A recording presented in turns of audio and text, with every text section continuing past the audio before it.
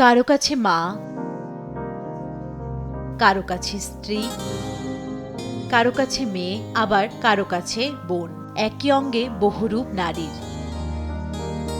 নারীকে মেয়েবেলায় শেখানো হয় কিভাবে আদর্শ হয়ে উঠতে হবে। পড়াশোনার পাশাপাশি থালাবাটিও মাজতে হবে। এক্কা দোক্কা খেলা ছেড়ে চার দেয়ালে বন্দী হতে হবে। স্বপ্ন দেখা যাবে, কিন্তু তারও একটা সীমা থাকবে। অনেকটা শুনতে হয় যে এটা ছেলেরা থাকতে পারে, মেয়েরা পারে না।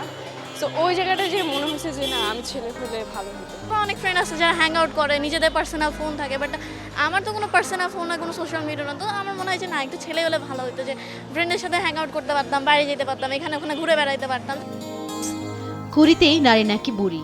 বাবা মা থেকেও শুনতে হয় বিয়ের পর স্বামীকে নিয়ে ইচ্ছে মতো ঘুরো।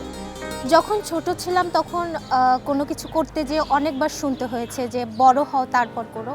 বাট যখন বড় হয়ে গেলাম তখন দেখছি যে স্বাধীনতাটা আরও কমে যাচ্ছে। বন্ধুদের সঙ্গে ঘুরতে যাওয়া, পছন্দের পোশাক পরা, সব কিছুতেই এখন বাধাটা আরও বেশি মনে হচ্ছে। তো আমার মনে হয় না যে মেয়েরা আসলে কখনো স্বাধীন হতে পারে। ভিগো ওয়্যার গার্ড প্রয়োজন মতো বাঁকানো যায়, অধিক চাপেও ভাঙে না। ভিগো।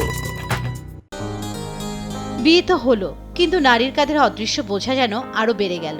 কর্মজীবী হলে তো কথাই নেই, সেই সঙ্গে রোজকার সন্তান নেয়া ছবক তো ফ্রি। ছেলেদের উপর কিন্তু এই প্রেশারটা আসে না যে তুমি বেবি কবে নিবা বা তুমি কি করছো না করছো, এগুলো ব্যাপারে কিন্তু ছেলেদেরকে কখনো কোয়েশ্চেন করা হয় না, কিন্তু মেয়েদেরকে এই প্রশ্ন করা হয়, এটা শুনতে হয়। আমি মনে করি মেয়েদেরকেও তাদের প্রাপ্য স্বাধীনতাটা দেওয়া উচিত, কারণ অ্যাজ এ হিউম্যান বিং ছেলেরা যতটুকু কাজ করে আমরাও ততটুকুই কাজ করি, পার্থপক্ষে অনেক ক্ষেত্রে বেশিও করা হয়। তো সেক্ষেত্রে ডিসিশনটাও আমাদেরই হওয়া উচিত।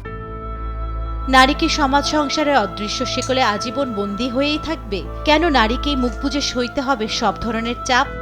মেয়েদের অনেক ক্ষেত্রে দেখা যাচ্ছে মেয়েরা বাসা সামলাচ্ছে, অফিস সামলাচ্ছে, এই জন্য মেয়েদের চাপটা ছেলেদের চেয়ে বেশি।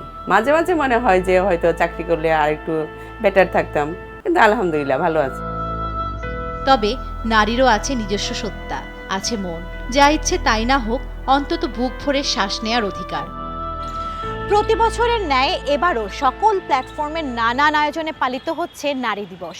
কিন্তু একবিংশ শতাব্দীতে দাঁড়িয়ে নারীরা চায় কেবল একটি দিবস পালনের সীমাবদ্ধ না থেকে বছরের প্রতিটি দিন, প্রতিটি ক্ষেত্রে সমান অধিকার, নিরাপত্তা এবং প্রাপ্য সম্মান।